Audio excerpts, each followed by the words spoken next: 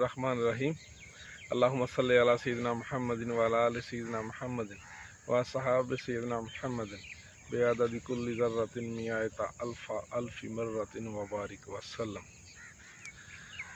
ये कायनात, ये जहाँ जो हम देखते हैं, जो हमें मालूम है, जिसका साइज़ हुजम हर चीज़ हमारे नॉलेज में है, कहते हैं कि ये जो अर्श मौला है ना, अल्लाह का अर्श, उसमें इस तरह जिस तरह एक नुक्ता होता है, इस पूरे जहाँ का साइज़ उस अर्श मौला के सामने इस तरह है जिस तरह एक नुक्ता किसी कापी में किसी पेंसिल के साथ एक नुक्ता आप लगाएं तो उस तरह इस जहाँ की हैसियत अर्श मौला के सामने है।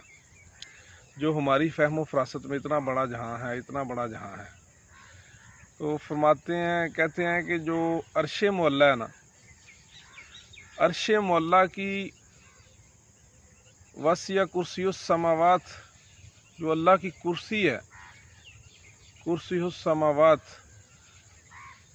कुर्सी के मुकाबले में अर्श मौला, जहाँ कायनात एक नुक्ते के बराबर है, सारी कायनात एक नुक्ते की हैसियत रखती है अर्श मौला के सामने, वहाँ अर्श मौला उस कुर्सी के सामने एक नुक्ते की हैसियत रखता है।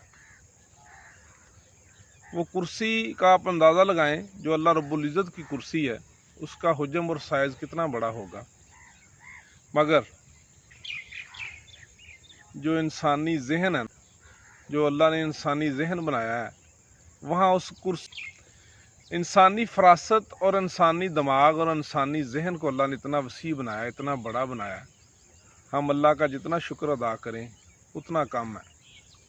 अब हमारे दिल की बात आ जाती है कि अल्लाह रब्बुल इज़्ज़त इस पूरी कायनात में समा नहीं सकते, ये कायनात छोटी है, ये जहाँ जहाँ हम रहते हैं ये छोटा है।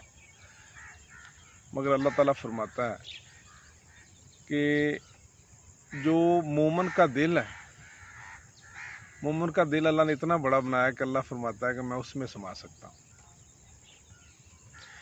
तो इंसान को अशरफुल मखलूक़ात ऐसे नहीं बनाया, इसकी बड़ी ज़्यादा जहतें हैं, मगर हम ठहरे कुएं के डड्डू, जिसके लिए वो कुआं ही सारी दुनिया है। हम समझते हैं कि उस डड्डू की तरह उस कुएं का चक्कर लगा के हम कहते हैं यार ऐ सारी दुनिया हैगी, ऐ सारा जहां हैगा। मगर हालात साडे ये ने कि असी एक दायरे चों बाहर निकलने तैयार नहीं।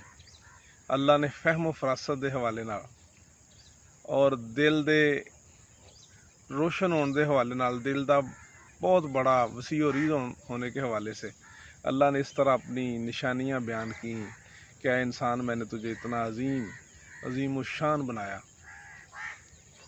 इतना अजीम शान बनाया कि तू सोचे तो मेरा शुक्र अदा करने के अलावा तेरे पास कोई चारा ना हो। हालात हमारे ये हैं कि हम अपनी सोच और फहम फरासत को इस दौरे जदीद में अपनी परेशानियों से निपटने के लिए इस्तेमाल करते हैं।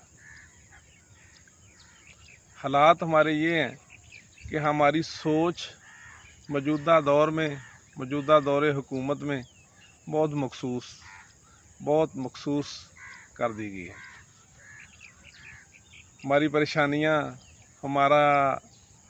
हमारे रहन सहन के मामलात ने हमारे फहम फरासत पे पर्दे डाल दिए, हमारे दिल की दुनिया को रोशन नहीं होने दिया। अल्लाह ताला कहते हैं ना, ये हर बंदा ही कहता है कि हर बंदे को मालूम है ये बात कि अल्लाह किसी को उसकी बर्दाश्त से ज़्यादा तकलीफ़ नहीं देता। अगर किसी को कोई तकलीफ़ दुनिया में आती है, कोई इम्तिहान आता है, तो अल्लाह उसकी बर्दाश्त से ज़्यादा नहीं देता। यही बात मैं कहता हूँ कि अल्लाह किसी को रिज़्क़ भी उसकी बर्दाश्त से ज़्यादा नहीं देता। रिज़्क़ की तकसीम भी अल्लाह ने ऐसी रखी है, अगर कहीं ज़्यादा चला जाता है तो उसकी बर्दाश्त के मय्यर के मुताबिक उसको कम कर देता है। लिहाजा अपने आप को वसी और जहन के साथ अपनी बर्दाश्त को बढ़ाएं اللہ کا فضل اور اللہ کی نعمتوں کا شکرانہ ادا کرنے کی طرف راغب ہوں۔ زیادہ سے زیادہ اللہ کا شکر ادا کریں، جتنا ہو سکے اللہ کا شکر ادا کریں، اور اپنی اس برداشت کو، کہتے ہیں نا جب کسی کو سمجھاتے ہیں تو کہتے ہیں یار اگر تجھے یہ تکلیف امتحان آیا تو اللہ تیری برداشت سے زیادہ نہیں دیتا، اللہ تیرے سے اتنا پیار کرتا ہے۔ تو اللہ جب رزق دیتا ہے تو تب بھی اپنی برداشت اور اپنا حوصلہ اور اپنا ایک لمیٹیشن جو ہے اس کو بڑا کریں۔ اس کا ایک ہی طریقہ ہے، اللہ کا شکر ادا کریں۔ اللہ کے جو بندے ہیں، جو اللہ کے نیک بندے ہیں، وہ نیک لوگ ہیں جن کو اللہ امتحان میں ڈالتا ہے، ان کی مدد کریں، ان کا خیال کریں، ان کی باز پرست کریں، ان کی مدد کریں، ان اپنے ارد و گرد اپنے احباب کو، اپنے عزیز و اقربا کو تلاش کریں جو پریشانی میں ہے، جو امتحان میں ہے، تو پھر اللہ کی رحمت اور اللہ کا فضل آپ پہ بڑھتا جائے گا۔ یہ بھی ایک شکرانہ نعمت کی ایک قسم ہے۔ تو ابھی ہم آ رہے تھے، میں اور آصف صاحب، تو ایک باجی ہمیں ملی، ساتھ ان کی بیٹی تھی۔ انہوں نے ہمیں روک کے کہا کہ آپ جنگل کی طرف جا رہے ہیں، تو شام کا ہمارا بھائی حافظ ایک ہے، بیت المکرم میں حفظ کر رہا ہے، اس کو رات کو ایک نا ساتھی اس کا بلانے آیا کہ قاری صاحب بلا رہے ہیں، تو وہ رات کا گھر واپس نہیں گیا۔ تو وہ بہت پریشان تھے، ایک بہن تھی، ایک اس کی ماں تھی بچے کی۔ تو خدارہ یہ جو مدارس ہیں مجموعی طور پہ زیادہ بچے یہیں سے، انہی کے بچے جو ہے نا وہ بھاگتے ہیں، انہی کے بچے بے راہ روی کا شکار ہو رہے ہیں، جو لمحہ فکریہ ہے۔ تو ضرورت اس چیز کی ہے کہ جس بچے کو آپ حفظ کروا رہے ہیں اس کی حوصلہ افزائی بھی کریں، اس کے ساتھ محبت اور شفقت بھی کریں، اور اس کے ساتھ بیٹھیں، اس کی باتیں سنیں، اس کا ڈیلی روزانہ کی بنیاد پہ اینالائزس کریں کہ یہ بچہ ہمارا کس پوائنٹ پہ کھڑا ہے اس وقت، اس کی سوچ کیا ہے۔ اس کو پریشرائز نہ کریں، پھر بچے باغی ہو رہے ہیں۔ ماحول اس طرح کا ہو گیا ہے، معاملات اس طرح کے ہو گئے ہیں کہ جس بچے کو آپ دین کا حافظ بنا رہے ہیں، اس کو قرآن پاک کا حافظ بنا رہے ہیں، اس کو سب سے زیادہ توجہ کی ضرورت ہے، ٹائم کی ضرورت ہے۔ بے راہ روی کے اتنے زیادہ امکانات آج کل ہو گئے ہیں کہ حفاظ کرام کو ان کی حفاظت کرنا، ان کی منزل تک پہنچانا بہت مشکل ہو گیا۔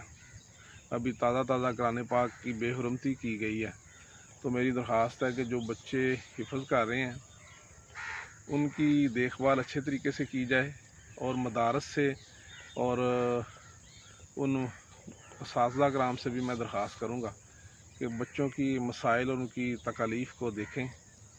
کچھ بچوں کے گھریلو حالات اتنے مشکل ہیں، اتنے معاملات ان کے مشکل ہیں کہ ان کو اس طرح پریشان نہ کریں، ٹارچر نہ کریں کہ وہ بچے باغی ہو جائیں۔ ان کے ساتھ محبت کریں، ان کی ضروریات کو دیکھیں تاکہ وہ اپنی منزل مقصود تک پہنچ سکیں۔ اور ہر بندہ اپنے ایک یا دو بچے کو قرآن پاک ضرور حفظ کروائے۔ میری تو خواہش ہے سب بچوں کو ہونا چاہیے، مگر میں نے اپنے 2 بچوں کو ارادہ کیا، ایک بچہ میرا 14-15 پارے کر گیا ہے، دوسرے کو بھی انشاءاللہ 4 یا 5 کلاس کے بعد انشاءاللہ جوائن کرائیں گے۔ قرآن پاک کا حافظ بنانا ہی سب سے بڑی جو قرآن پاک کی عزت اور تکریم ہے، اس سے محبت ہے۔ کھوکھلے نعرے اور اس طرح کی باتیں جو ہیں وہ کوئی اہمیت نہیں رکھتی۔ جب آپ کے بچے کو قرآن پاک حفظ ہوگا، وہ اس کو سمجھے گا، صرف اور نحو اور اس کے تفسیر اور ہر چیز اس کو آتی ہوگی، تو وہ پھر اپنے دین کا، اپنے اس کلام پاک کا دفاع کرنا ہم سے اور آپ سے بہتر جانتا ہوگا۔ وَمَا عَلَيْنَا إِلَّا الْبَلَاغُ الْمُبِينُ۔